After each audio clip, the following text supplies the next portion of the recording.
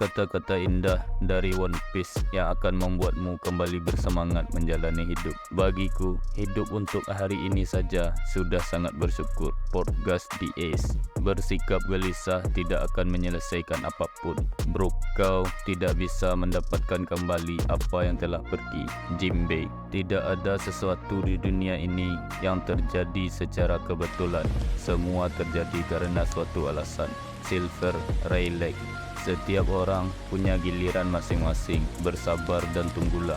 Gold di Roger. Ketika dunia jahat padamu, maka kau harus menghadapinya. Karena tidak seorang pun yang akan menyelamatkanmu jika kau tidak berusaha. Roronoa Zoro. Aku tidak segan kepada penjahat, tapi keluarga adalah cerita yang berbeda. Monkey D. Garp. Seorang anak tak selalu hidup bahagia dengan orang tuanya. Sabo. Bagaimanapun kau mengubah tampilanmu, tetap saja itu adalah kau. Manusia dilihat dari hatinya. Vinsmoke Sanji.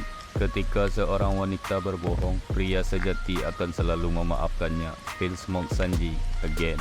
Jika kau lapar, makanlah. Luffy.